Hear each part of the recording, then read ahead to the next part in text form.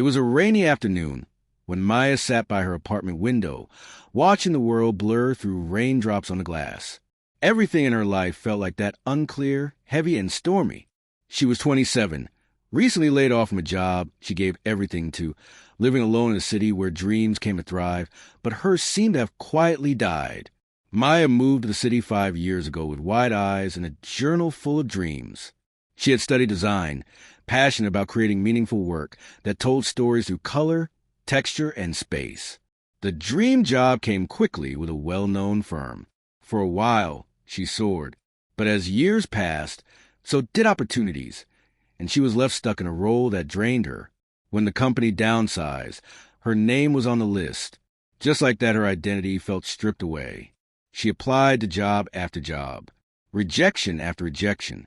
Friends were getting promotions, getting married, traveling, and she was broken.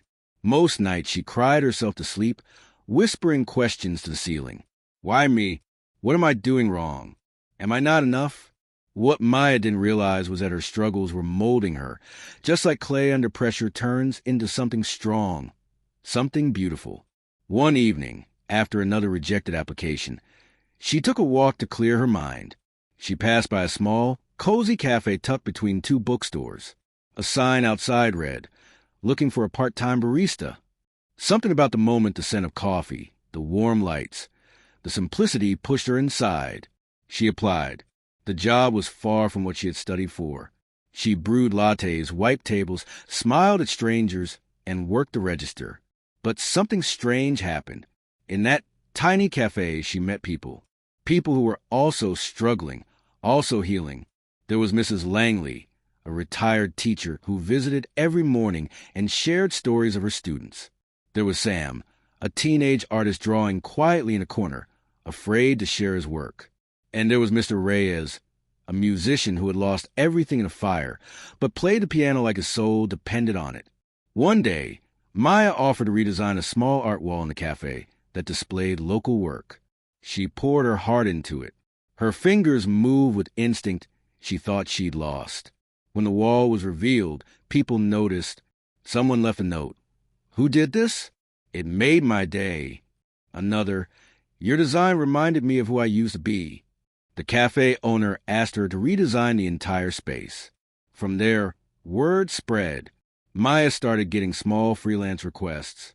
Not big jobs, but meaningful ones, each one tied to a story, a person, a soul. She launched a small studio from her bedroom. It was slow, messy, but hers. 1 year later, Maya stood in the same spot by her window, but this time not in despair. Her studio was growing. Her latest project had just been published in a local magazine. She smiled, holding the article in her hands, remembering the nights of silent tears, the barista apron, the heartbreak. Looking back, she realized the layoff wasn't an end, it was a beginning in disguise. Losing her job forced her to rediscover who she truly was. The rejection gave her resilience. The pain gave her purpose.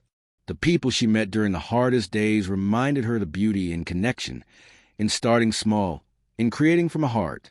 Her struggles had prepared her for something greater. Maybe you're in a place where things feel heavy.